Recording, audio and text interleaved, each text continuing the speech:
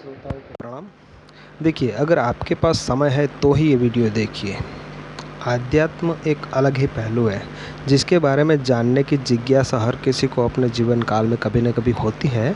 ऐसा इसलिए होता है कि हमारे संचित कर्म, कई जन्मों की साधना भी ऐसा करने के लिए हमें प्रेरित करती है। इस पर ज़्यादा गहराई में न जाते हुए आज हम सीधा अपने मूल विषय पर आते हैं, जो है दुर्गा सप्तशती। दुर्गा सप्तशती तो हम जानते हैं कि क्या है, कैसे पाठ करना है, कैसे कवच करना है, कैसे अर्गला स्तोत्र पाठ करना है, कैसे कीलक करना है। लेकिन कोई भी साधना, अनुष्ठान, मंत्र जाप में शाप विमोचन का महत्व सबसे पहले समझ लेना चाहिए, अन्यथा सब व्यर्थ है। अब हम यहाँ जानेंगे कि दुर्गा सप्तशती और कुंडलिनी जागरण कैसे एक साथ जुड़े हुए हैं। कुंडलिनी के विषय में एक और वीडियो आपको इस चैनल पर मिल जाएगी, जिसे देख लें। कुंडलिनी जागरण, 7 चक्रों का भेदन, 7 चक्रों की शुद्धि, 7 चक्रों के मंत्र, 7 चक्रों और कुंडलिनी का स्थान, ये सब जाने बिना कुछ समझ में नहीं आएगा, क्योंकि हम इस भौतिक शरीर में ही मूलाधार पर ध्यान केंद्रित करते हैं, जो वहाँ है ही नहीं। वो तो सूक्ष्म शरीर में है, वहाँ ध्यान केंद्रित करना उचित है। मूलाधार, स्वादिष्ठान, मणिपुर, अनाहत, विशुद्धि, आज्ञा, सहस्त्रार, ये सब सूक्ष्म शरीर में मिलेंगे। इसके ऊपर भी बहुत कुछ है, पर वो सब अभी समझ से परे हैं। तो आइए जानते हैं दुर्गा सप्तशती और कुंडलिनी जागरण कैसे जुड़े हुए हैं। महर्षि मार्कंडेय ऋषि द्वारा रचित दुर्गा सप्तशती में सम्माहित मंत्रों द्वारा, साधना द्वारा क्या कुंडलिनी जागृत हो सकती है? क्या दुर्गा सप्तशती पुरुष ग्रंथ है या स्त्री ग्रंथ है या तंत्र ग्रंथ है? तो दुर्गा सप्तशती मार्कंडेय ब्रह्म पुराण यानी श्रीमद् देवी भागवत का देवी उपासना अंश है। क्या है? देवी उपासना अंश है। तो क्या दुर्गा सप्तशती के माध्यम से देवी की उपासना करने से आत्म साक्षात्कार, कुंडलिनी जागरण या अपने संचित कर्मों से मुक्ति मिल सकती है? संचित कर्म सारे दैत्य ही तो हैं, जिसका भय हर पल हमें अंतःकरण में सताता रहता है।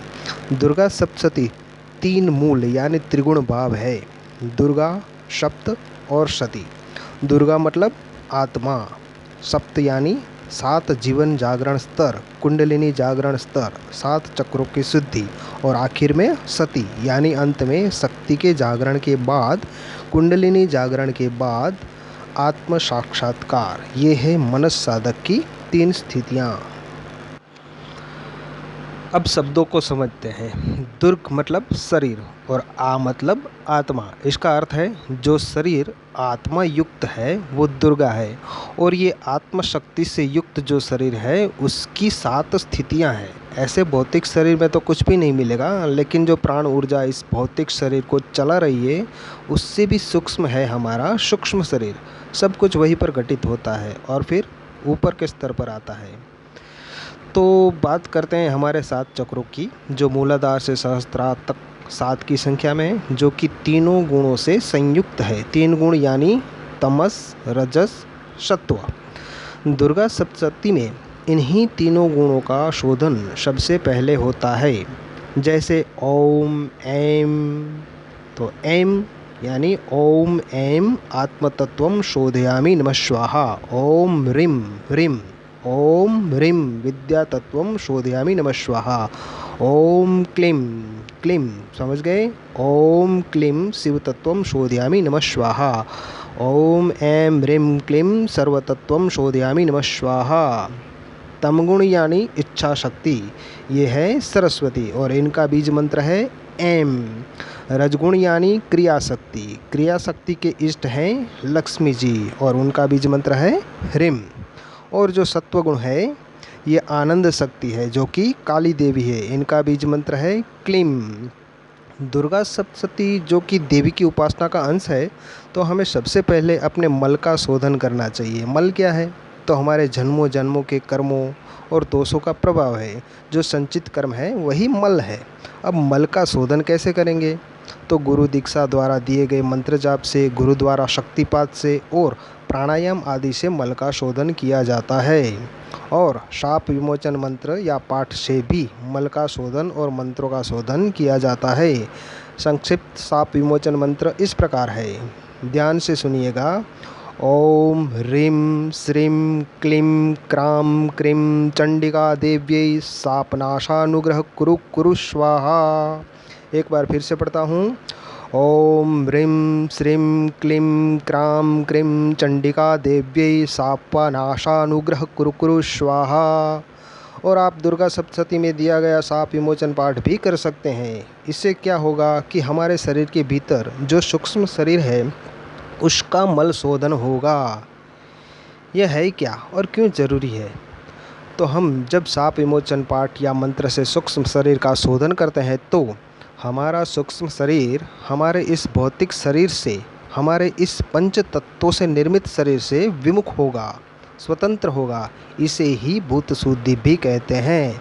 वैसे तो पंच तत्वों की शुद्धि भी अति आवश्यक है। तो अब जो सूक्ष्म शरीर स्वतंत्र हुआ है उसमें तमगुण पूरा होता है और रजगुण यानी क्रिया का प्रभाव थोड़ा सम्मिलित होता है। इसलिए इसे भाषा से देखें तो प्रेत शरीर भी कहते हैं। इसमें कुंडलिनी के 7 चक्र उदित होते हैं, सक्रिय होते हैं। अब यहाँ तक तो सब समझ में आ गया कि सूक्ष्म शरीर क्या है और हमें वहाँ तक कैसे पहुँचना है और कैसे कहाँ कुंडलिनी शक्ति विराजमान है। तो अब आगे इसका प्रथम चरण है 7 चक्रों की शुद्धि और 7 द्वार की शुद्धि। ये शुद्धि कैसे होगी? तो उसके लिए मंत्र जपते हैं। वो मंत्र क्या है? ओम श्रीं क्लीं ह्रीं सप्तशती चंडिकायै उत्कीलं कुरु कुरु स्वाहा। ये मंत्र का 7 बार जाप करना है। मंत्र फिर से बोलता हूँ। ओम श्रीं क्लीं ह्रीं सप्तशती चंडिकायै उत्कीलं कुरु कुरु स्वाहा। इसके पश्चात मृत संजीवनी मंत्र का 21 बार पाठ करना चाहिए और मंत्र है ओम ह्रीं ह्रीं वम वम एम एम मृत संजीवनी विद्ये मृत मृथापयो थापय क्रीं ह्रीं वम स्वाहा। एक बार फिर से ओम ह्रीं ह्रीं वम वम एम एम मृत संजीवनी विद्ये मृत मृथापयो थापय क्रीं ह्रीं वम स्वाहा।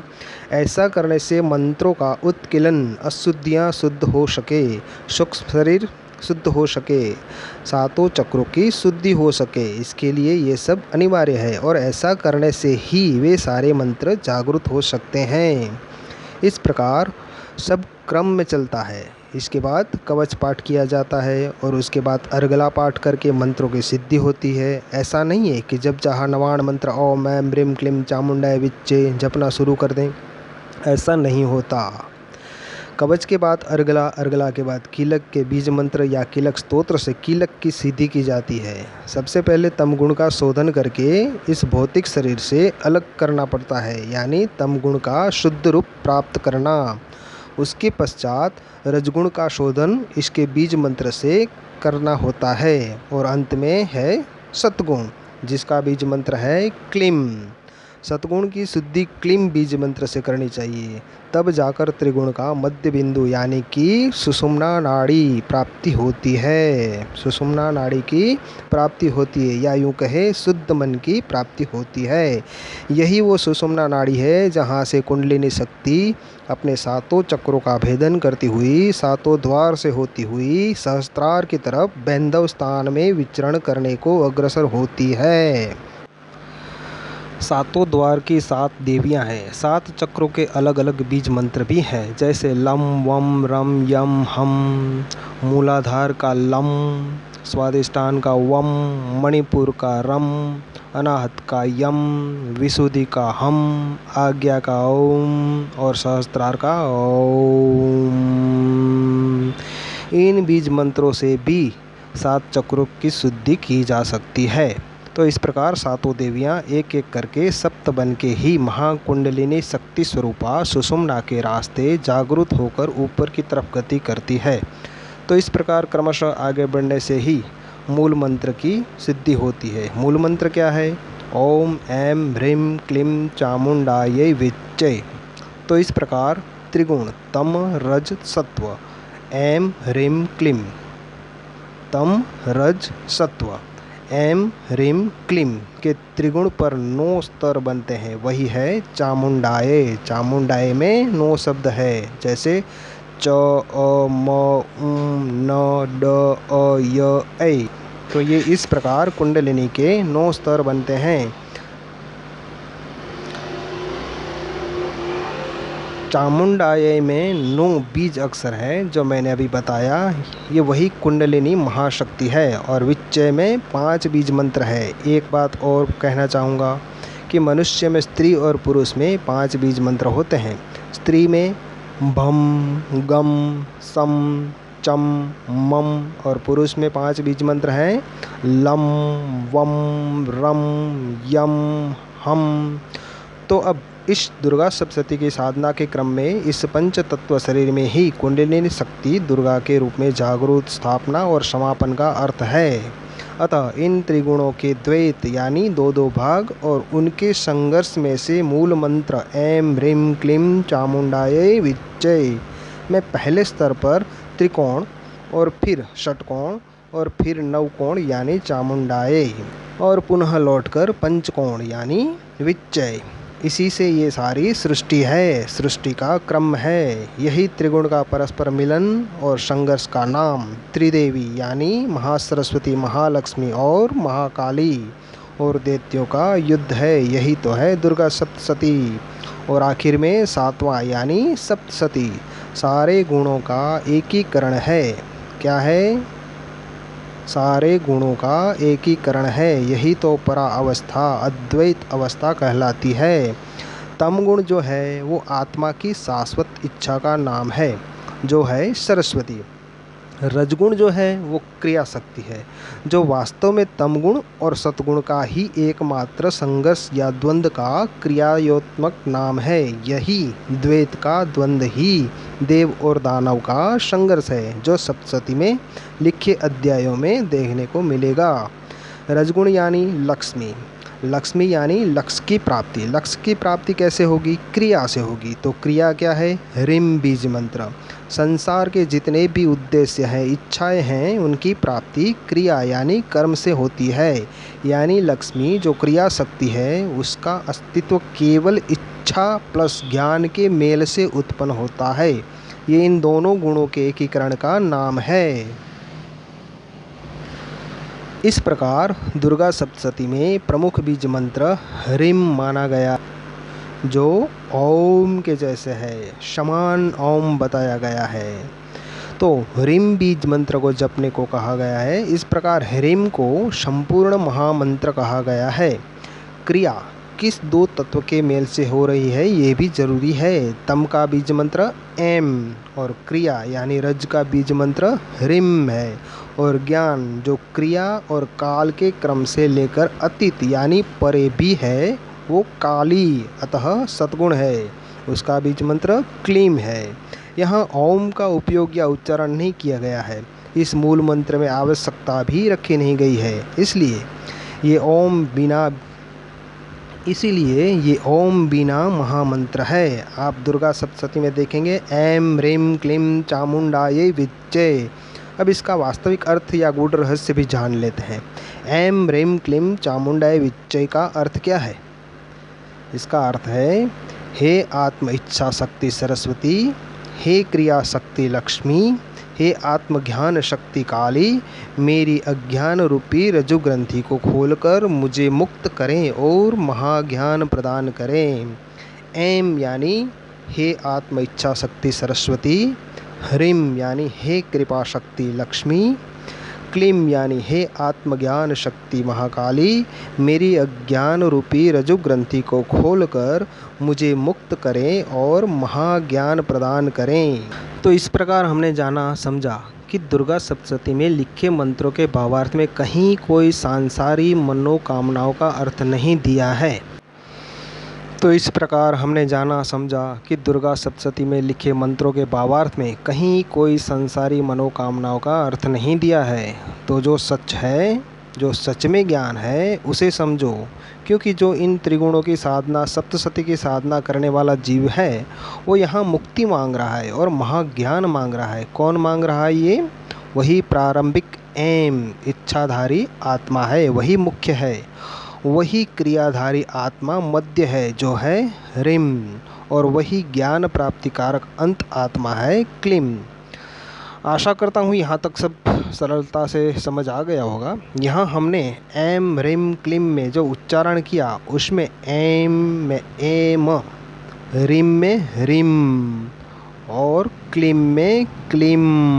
तो हमें एम को ए, रिम को रिंग और क्लीम को क्लिंग नहीं बोलना है। एम में जो म आखिर में जो म आ रहा है उसका जो उच्चारण है वह ओम का म है, और रिम में जो म का जो उच्चारण है अंत में वह ओम का म, और क्लीम में म का जो उच्चारण है वह ओम का म। तो इस प्रकार यहाँ एम रिम क्लीम में म का जो उच्चारण है अंत में वह ओम। दुर्गा सप्तशती का सच में एसेंस क्या है, परम ज्ञान जिसे कहते हैं वो क्या है? तो इन दो तम और सत्य रूपी दो द्वैत द्वंद्व जो हमारे सारे शरीर से लेकर अंतर जगत में हर जगह व्यक्त है, जैसे श्वास लेना और श्वास छोड़ना और उनका संघर्ष।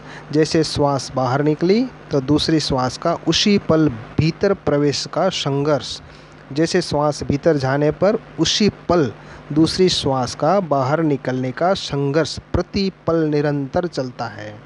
और मन के भी दो भाग हैं जिसे गहराई से समझ लेना जरूरी है। वो है, एक आत्मा का शाश्वत ज्ञान है जो हमेशा स्थिर और सत्य है, और दूसरा उसका प्रायोगिक भाग है। ये दूसरा वाला प्रायोगिक भाग है वो क्या करता है, जो शाश्वत ज्ञान को उपयोग में लेकर उसकी शाश्वतता और सत्यता को जांचता है। ऐसा करने पर क्या होता है, उसे एक आनंद प्राप्त होता है, और उस आनंद को प्राप्त कर शाश्वतता को सत्य मानकर पुनः उसी में लीन हो जाता है, जिसे ही सच्चित आनंद कहते हैं। यही सब लीला यहाँ दुर्गा सप्तशती में वर्णित है। देव और दैत्यों का नाम देकर सामान्य जन को यही समझाया गया है, यही तो है गूढ़ रहस्य। यहाँ हमने देखा कि त्रिगुणों का बीज मंत्र है जिसे त्रिगुणों को साधा जा सकता है, लेकिन यहाँ त्रिगुण शोधन के बाद त्रिगुण की महाशक्ति यानी चामुंडाये या जो देवी नाद है उस महाशक्ति का मूल बीज मंत्र का कहीं कोई उल्लेख नहीं मिलेगा। जो महाशक्ति है, जो देवी नाद है, उसका कोई मूल बीज मंत्र नहीं मिलेगा या कोई उल्लेख नहीं मिलेगा जिससे महाकुंडलिनी को साधा जा सके। यहाँ क्या होता है फिर, दुर्गा सप्तशती साधना में क्या होता है फिर, आइए जानते हैं। यहाँ 3 गुणों का स्वतंत्र शोधन होकर जो अलग अलग जागृति होती है, जो ऐसा है कि मूलाधार चक्र में तमगुण यानी इच्छा शक्ति या सरस्वती जिनका बीज मंत्र है एम, जहाँ एम की शक्ति जागृत होती है और अग्रसर होकर अगले चक्र में प्रवेश करती है और अगले चक्र की शक्ति से जुड़ती है। कहाँ जुड़ेगी, स्वाधिष्ठान चक्र में, जहाँ क्लीम बीज मंत्र सतगुण या काली है। यहाँ काली शक्ति का जागरण होकर अगले चक्र में प्रवेश होता है, तब वहाँ दोनों गुण तम और सत का मिलन होता है। बीच में एक बात बता दूं जो आपको दुर्गा सप्तशती के प्रथम, मध्यम और उत्तर चरित्र में पढ़ने को मिलेगा। तम गुण जो एम बीज मंत्र है वो देवी सरस्वती जो कि आत्मा की शाश्वत इच्छा है, उनके ऋषि शिव हैं। रजगुण जो ह्रीम बीज मंत्र है वो देवी महालक्ष्मी जो कि आत्मा की क्रिया शक्ति है, उनके ऋषि विष्णु जी है। और सत्वगुण जो क्लीम बीज मंत्र है वो देवी महाकाली जो कि क्रिया और काल के क्रम से परे हैं, उनके ऋषि हैं ब्रह्मा जी। अब हम वापस आ जाते हैं जहाँ थे। तो जहाँ तम और सत्य का मिलन होता है और इनकी एकत्र शक्ति ही ह्रीम रूप में जागृत होती है, तो ये हो गया स्वाधिष्ठान चक्र, दूसरा चक्र। तीसरा है नाभि चक्र, मणिपुर चक्र या सोलार प्लेक्सिस। मणिपुर चक्र में पहले केवल 2 गुण स्त्री और पुरुष शक्ति का परस्पर रमण होता है, क्योंकि नाभि से ही सृष्टि होती है। ये सृष्टि इस स्थूल शरीर को मथकर मंथन करके सूक्ष्म शरीर की प्राप्ति करती है या सूक्ष्म शरीर का अनुभव होता है, यही नाभि चक्र में। यहाँ इस नाभि चक्र में पहले 2 गुण तम यानी स्त्री और सत यानी पुरुष, यहाँ यही दोनों गुणों को धन और ऋण बताया गया है। स्त्री और सत पुरुष के रूप में दिखाया गया है। स्त्री और सत्पुरुष के रूप में दिखाया गया है और इनकी ही क्रिया शक्ति रजगुण यानी ह्रीम यानी लक्ष्मी जी का जागरण इस नाभि चक्र के स्थान में होता है। अब जब यहाँ ऐम ह्रीम क्लीम का संयोजन नाभि चक्र में होता है तो जो बीज मंत्र इन तीनों की संयुक्त शक्ति का बीज मंत्र बनता है वो दुर्गा सप्तशती में कहीं नहीं मिलेगा। वो बीज मंत्र क्या है? वो बीज मंत्र है ईम, ई की मात्रा म, तो ये है बीज मंत्र ईम। किसका? महादुर्गा भगवती कुंडलिनी का, चामुंडाए का 4 मुख यानी ब्रह्मेय ब्रह्म शक्ति पूर्णिमा जो चारों वेदों चारों धर्मों का ज्ञान देने वाली है। मूल कुंडलिनी शक्ति महाकुंडलिनी शक्ति है और उसका बीज मंत्र ही शक्तिनाद है। कौन सा? ईम बीज मंत्र। जल्दबाजी बिल्कुल ना करें। आपको लगेगा चलो मूल मंत्र मिल गया जपना शुरू कर दें, नहीं, ये जपा नहीं जाता। ये परानाद की अनुभूति दर्शन है। दर्शन माने देखना नहीं है, अनुभूति ही की जा सकती है जो योग्य गुरु से ही जानना चाहिए। ये सब गहराई से समझना होता है, ये विज्ञान है, इसमें अनुभूति दर्शन ही सर्वस्व है। दुर्गा सप्तशती श्वास आने और जाने की पल पल घट रही घटना का साक्षी भाव ही है दुर्गा सप्तशती। आपको दुर्गा सप्तशती में कहीं भी माँ शब्द नहीं मिलेगा। देख लो हर जगह हे देवी हे देव ही शब्द मिलेंगे। केवल 6 भाग में ही माँ शब्द मिलेगा जो दुर्गा सप्तशती के समापन पर जो शंकराचार्य आदि संतों ने लिखे हैं। ऐसा क्यों? क्योंकि सनातन धर्म में स्त्री को देवी और पुरुष को देव या स्वामी कहा गया है। यही पल पल चल रहे श्वास की साक्षी भाव साधना है। यहाँ केवल क्रिया पर ही ध्यान केंद्रित किया जाना चाहिए, यानी मूल द्वंद्व संघर्ष पर ध्यान केंद्रित करना चाहिए। वह क्या है? ह्रीम बीज मंत्र की साधना। इसी बीज मंत्र के निरंतर साधना से कुंडलिनी शक्ति जागृत होती है, यानी आत्मशक्ति यानी दुर्गा शक्ति की जागृति होती है। यही दुर्गा सप्तशती का मूल और मुख्य महामंत्र है। यहाँ आपने जो समझा वह तो अभी यूँ समझ लो आधा अधूरा ही है। जैसे हमने शुरुआत में ही जाना कि 3 गुणों का 3 तत्वों का शोधन कैसे किया जाता है। ओम ऐम आत्मतत्वम शोधयामि नमः स्वाहा, ओम ह्रीं विद्या तत्वम शोधयामि नमः स्वाहा, ओम क्लीं शिव तत्वम शोधयामि नमः स्वाहा और अंत में ओम ऐम ह्रीं क्लीं सर्वतत्वम शोधयामि नमः स्वाहा। लेकिन यहाँ रहस्य स्पष्ट नहीं किया गया है। त्रिगुण शोधन का रहस्य स्पष्ट अपने गुरु के सानिध्य में करे तो ये सब जान लेना ही सब कुछ नहीं होता। शोधन रहस्य गुरु के सानिध्य में ही किया जाए तो ही ठीक होगा। ये मैं ऐसा क्यों कह रहा हूँ ये भी समझ लें। गुरु की आवश्यकता और कृपा दृष्टि जरूरी क्यों है? क्योंकि जब पहले ही तत्व जो तमस गुण है उनके शोधन से जब शरीर में तम गुण की जागृति होती है तो उसके संघर्ष से उत्पन्न ऊर्जा का स्तर शरीर में असंतुलित हो जाता है और उसके कारण अनेक विक्षेप होते हैं। ऐसा होने पर क्या होगा? आलस्य, निंद्रा, काम ऊर्जा की गर्मी से मूलाधार का तप्त होना जिससे काम वासना की विकृतियाँ और अतिरिक्त काम वासना से बार बार वीर्य का रिसाव होने से क्षीणता आनी। तो इन सब से बचने के लिए योग्य गुरु के सानिध्य में जाएं जो आपको ताम्र यानी तांबे की अंगूठी या यंत्र या रक्षा कवच से आपको रक्षित करेंगे। ये फिर साधक अपने शरीर पर धारण करता है ताकि तमगुण के जागृत होने के संघर्ष से उत्पन्न ऊर्जा का संतुलन बना रहे। ऐसे ही कोई वीडियो या बुक पढ़कर साधना अनुष्ठान करने बैठने से विपरीत प्रभाव ही दिखेंगे। अगर देखना चाहते हैं तो सिर्फ 3 दिन दुर्गा सप्तशती का पाठ करके देख लें। आप में तमगुण का प्रभाव सभी परिवारजनों को महसूस होने लगेगा। इसीलिए दुर्गा सप्तशती में इतने सारे न्यास दिए गए हैं जो बहुत ज़रूरी है। जैसे अंग न्यास, कर न्यास, हृदयादि न्यास हो गया, रुस्यादि न्यास, सभी का बहुत अधिक महत्व है। बहुत ध्यान से साधना में आगे बढ़ें। जैसे तमगुण के जागृत होने पर होता है वैसे ही आगे चलकर जब सूक्ष्म शरीर में वायु तत्व का उदय होने पर भी होता है, जिसके लिए योग्य गुरु चांदी की अंगूठी में बीज मंत्र का शोधन साधना करके देंगे। उसे तर्जनी उंगली में दिन के हिसाब से पहना जाता है, क्योंकि सूक्ष्म शरीर में वायु तत्व का उदय होने पर उत्पन्न अतिरिक्त ऊर्जा की गर्मी को संतुलित किया जा सके, इसके लिए ही चांदी की अंगूठी में बीज मंत्र का शोधन साधना करके गुरुजी शिष्य को देते हैं। अगर सूक्ष्म शरीर में वायु तत्व के उदय होने पर उत्पन्न होने वाली ऊर्जा का संतुलन नहीं हुआ तो क्या क्या होगा? निद्रा का नहीं आना, ज़्यादा जागना, कंपन होना, रुदन होना, अश्रुपात होना आदि लक्षण देखे जाते हैं। यही सब तो दुर्गा सप्तशती में दैत्यों की क्रिया उल्लेख हैं। दैत्य यही तो सब हैं।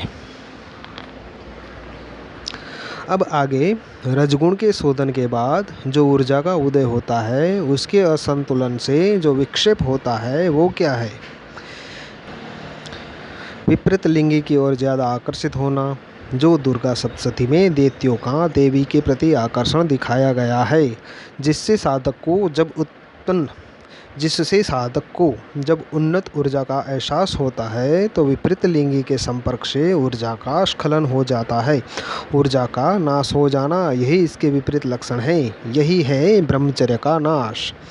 इसके संतुलन के लिए सोने की अंगूठी में ह्रीम बीज मंत्र को शुभ मुहूर्त में लिखा कर अनामिका उंगली में पहनी जाती है। गुरु श्री द्वारा दिए गए यंत्र हाथ या गले में पहने जाते हैं और आगे जब ये सब हो जाए तब त्रिगुण शक्ति का भूमि में प्रवेश न हो जाए, उसके लिए आसन सिद्धि करनी आवश्यक होती है।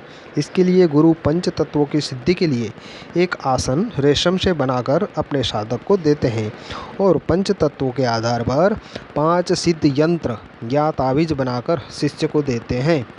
ये भौतिक और अशुद्ध पृथ्वी तत्व के ऊपर जो शुद्ध पृथ्वी तत्व है, उस पर एक योग्य गुरु साधक को आसन स्थिर करा करके साधना करने के निर्देश देते हैं और फिर इस आसन पर ही चौथा तत्व का शोधन होता है और वो है ओम ऐं ह्रीं क्लीं सर्वतत्वं शोधयामि नमः स्वाहा। जब ये सद जाता है तब जाकर चामुंडा का अनुभव दर्शन होता है। महाकुंडलिनी का बीज मंत्र का ईम नाद भीतर से सुनाई पड़ता है, अनुभव होने लगता है। ईम ईम यहाँ पहुँचकर ही ईम नाद के महानाद के अनुभव से ही महादेवी के शास्त्र वर्णित दर्शन होते हैं और विशुद्ध रूप में पंचतत्वी महाशरीर अक्षत और शाश्वत यानी महादेह जो कि त्रिगुणातीत योग शरीर की उपलब्धि होती है, उसकी प्राप्ति होती है। अक्षत और शाश्वत शरीर की प्राप्ति होती है। तो आप सभी से प्रार्थना है कि इस प्रकार संपूर्ण विधि विधान से शोधन आदि करके, न्यास आदि करके आसन शुद्धि और गुरु श्री के सानिध्य में या उनके निर्देशानुसार ही दुर्गा सप्तशती जो कि मार्कंडेय ब्रह्म पुराण यानी श्रीमद् देवी भागवत का देवी उपासना अंश है, उसकी साधना करनी चाहिए। व्यर्थ में मंत्रोच्चारण करते हुए धूप दीप करके अपना समय व्यर्थ ना करें, पूरे विधि विधान से साधना करें, अन्यथा सैकड़ों पाठ दुर्गा सप्तशती के करेंगे तो भी कोई अनुभव दर्शन नहीं होगा। ये कोई सामान्य साधना नहीं है, यह एक अति गोपनीय और रहस्यमय गूढ़ साधना है। दुर्गा सप्तशती में दर्शाए नवाण मंत्र का जाप भी बिना समझे जप करने से या मंत्रोच्चार करने से कोई लाभ नहीं हो सकता, उसे भी समझ लेना चाहिए। पहले तो ठीक लय में उच्चारण और दूसरी बात, नवाण मंत्र का जाप अंतर जगत के मनो प्राणायाम के अनुलोम विलोम के साथ जपने से और ध्यान करने से सिद्धि की प्राप्ति होती है। एक बार फिर से समझ लें, ठीक लय में उच्चारण और दूसरी बात, नवाण मंत्र का जाप अंतर जगत के मनो प्राणायाम के अनुलोम विलोम के साथ जपने से और ध्यान करने से सिद्धि की प्राप्ति होती है। महानवाण मंत्र का उच्चारण भी याद कर लें। ओम ऐं ह्रीं क्लीं चामुंडायै विच्चे ओम ग्लौम हुम क्लीं जुम शः ज्वालय ज्वालय ज्वल ज्वल प्रज्वल प्रज्वल ऐं ह्रीं क्लीं चामुंडायै विच्चे ज्वल हम सम लं क्षं फट् स्वाहा। एक बार फिर से, ओम ऐं ह्रीं क्लीं चामुंडायै विच्चे ओम ग्लौम हुम क्लीं झुम शः ज्वालय ज्वालय ज्वल ज्वल प्रज्वल प्रज्वल ऐं ह्रीं क्लीं चामुंडायै विच्चे ज्वल हम सम लं क्षं फट् स्वाहा। जहाँ फट आ रहा है वहाँ हमेशा वीर भाव से देवी की साधना करनी चाहिए। ये कोई सामान्य मंत्र या बीज मंत्र नहीं है। इनके एक एक बीज मंत्रों में परमाणु बॉम्ब से भी अधिक शक्तियाँ होती है। एक बार फिर से, ओम ऐं ह्रीं क्लीं चामुण्डायै विच्चे, ओम ग्लौं हुं क्लीं जुं सः ज्वालय ज्वालय ज्वल ज्वल प्रज्वल प्रज्वल, ऐं ह्रीं क्लीं चामुण्डायै विच्चे, ज्वल हं सं लं क्षं फट स्वाहा। आप स्वयं करके देखिए। ऐं श्रीं क्लीं इन सब बीज मंत्रों का उच्चारण करके देखिए और ह्रीं बीज मंत्र का उच्चारण करके देखिए। आप महसूस करेंगे कि ह्रीं बीज मंत्र का नाद नाभि से आ रहा है। करके देखिए, ह्रीं ह्रीं ह्रीं, है ना। इसीलिए और इसके साथ ईम जुड़ा है, ऐसे ये महामंत्र बनता है। आप चाहे महाकाली का मंत्र ले लो, जैसे ओम ह्रीं श्रीं परमेश्वरी कालिके ह्रीं श्रीं क्रीं, ओम ह्रीं श्रीं क्रीं परमेश्वरी कालिके ह्रीं श्रीं क्रीं फट स्वाहा। इसमें भी ह्रीं आएगा। एक बार फिर से, ओम ह्रीं श्रीं क्रीं परमेश्वरी कालिके ह्रीं श्रीं क्रीं फट स्वाहा। आया ना ह्रीं। फिर महालक्ष्मी जी का मंत्र ले लो। ओम श्रीं ह्रीं श्रीं कमले कमलालये प्रसिद्ध प्रसिद्ध श्रीं ह्रीं श्रीं महालक्ष्मी नमः। यहाँ भी ह्रीं आएगा। फिर चाहे बगलामुखी का मंत्र ले लो, जैसे ओम ह्रीं बगलामुखी सर्वदुष्टानां वाचं मुखं पदं स्तंभय जिह्वायां कीलयं बुद्धिं विनाशाय ह्रीं ओम स्वाहा। आया ना ह्रीं 2 बार। फिर चाहे बगला प्रत्यंगिरा का मंत्र ले लो, जैसे ओम ऐं ह्रीं श्रीं प्रत्यंगिरे मां रक्ष रक्ष मम शत्रुन भंजय भंजय फे हुम फट स्वाहा। आया ना ह्रीं। क्योंकि ये महामंत्र है, बस इसे जपते रहें। ओम नमो नारायण।